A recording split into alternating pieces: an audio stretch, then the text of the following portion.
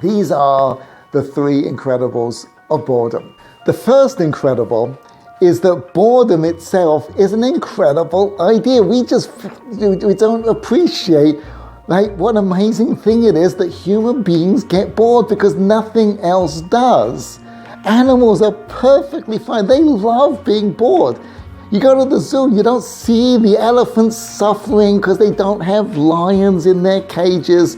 And the lions as well are perfectly fine lying around, being fed. Then given the choice, they'd much rather get their food from the local supermarket than ever having to chase down wild game on the plains of the Serengeti. Only human beings find boredom so painful that my children, if we have to go on a journey as long as 20 minutes, are complaining. What are we going to do? We're going to be bored in the back of the car, as though they expect to see on the front page of the United Nations countries where children are bored the most and how oppressive those regimes are.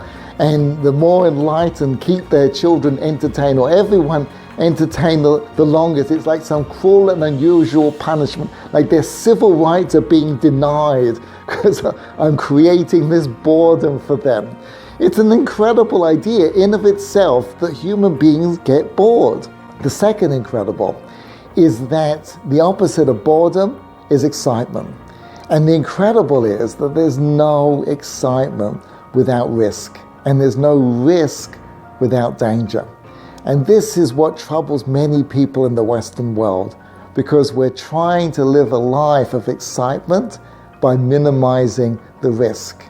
And so you can play a video game that was seen to be exciting, but becomes very boring because the reality is it has no real risk in it.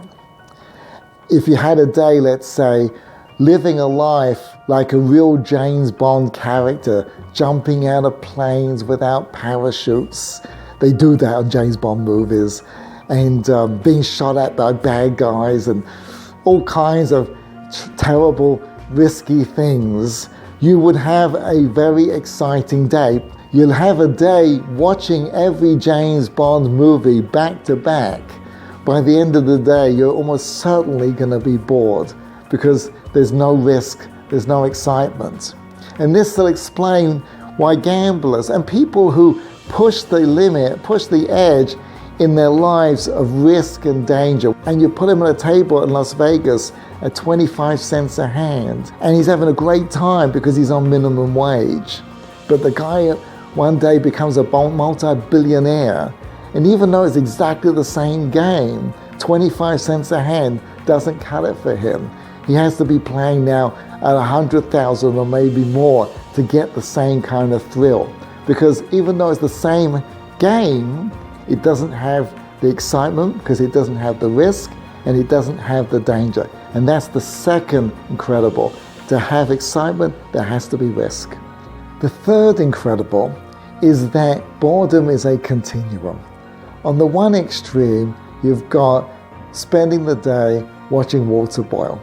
And on the other extreme, you've got diffusing landmines for the army in Afghanistan. And you and I are somewhere along that line. And the incredible is we're constantly trying to push that line, go higher and higher. When I was a kid, it was a perfectly legitimate thrill to go down a mountain on 2 skis. But today, to get the same thrill on the same mountain, you've got to do it with 1 ski. We all live on some sort of cliff, whether that edge is financial or emotional or health-wise. We're all pushing the limit because that's where the excitement is, and we all need excitement. The problem is that that excitement comes with a cost, and it's called stress. The mistake is thinking that you can have the excitement without the stress, and you can't. That's the third incredible.